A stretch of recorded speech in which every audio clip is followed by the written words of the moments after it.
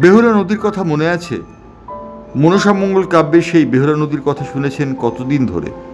তার অস্তিত্ব হারিয়ে যেতে বসেছে মালদহে। পুরাতন মালদা শহর ও গ্রাম হেসে বয়ে গেছে বেহুলা নদী। একসময় সারা বছরই নদী খাত দিয়ে বয়ে যেত জল। মালদা জেলার ঐতিহ্যবাহী নদীগুলির মধ্যে ছিল এটি অন্যতম। বেহুলা নদী প্রাচীন বাংলার ইতিহাসে উল্লেখ ছিল এই নদীর। বর্তমানে এই নদী ছোট ছোট নালার মতো আকার ধারণ করেছে। পুরনো মালদার নারায়ণপুর এলাকার শিল্প তালুকের কলকারখানা থেকে নির্গত বর্জ্য সরাসরি বেহুলা নদীতে মিশছে। ফলে দুর্গন্ধে নদীর ধারে যেতে পারছেন না পুরাতন মালদা ব্লকের মঙ্গলবাড়ি অঞ্চলের মানুষ। জলঙ্গা, মোলপুর সহ একাধিক গ্রামের মানুষ অভিযোগ এটাই করছেন যে তারা আর বেহুলা নদীতে হাওয়া খেতে যেতে পারেন না।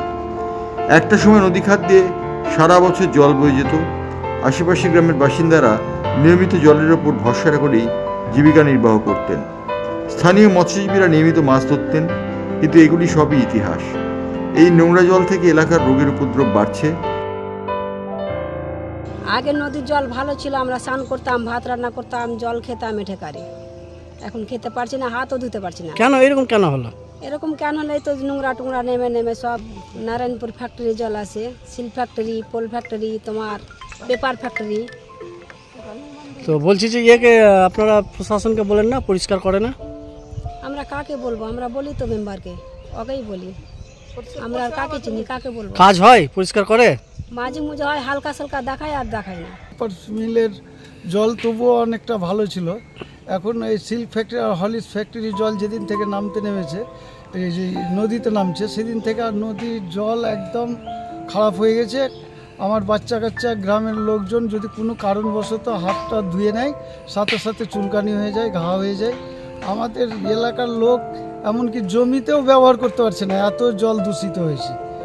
জমিতে দিতে গেলে জল ফসল নষ্ট হয়ে যাচ্ছে, নানা রকম ব্যাধি সৃষ্টি হয়ে যাচ্ছে। মশার উপদ্রব খুব, এখানে দিনের বেলায় মশা, এত মশা, নোংরা জলে জন্ম নিচ্ছে মশা। আর রাত্রে আমরা বাড়িতে কেউ থাকতে পারি না, মশারি খাটিয়ে, এটাই বিকল্প, তাছাড়া আর কোনো উপায় নেই। পরিষ্কার ছিল, ভাত রান্না করে খেয়েছি, স্নান করে। আগের মতো বেহুলা নদী জল আর ব্যবহার করা যাচ্ছে না।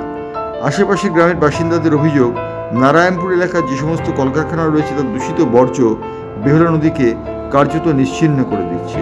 আর বেহুলা নদী ক্রমশ যেন বিপজ্জনক হয়ে উঠছে। ব্যুরো রিপোর্ট, বাংলার পালস টিভি।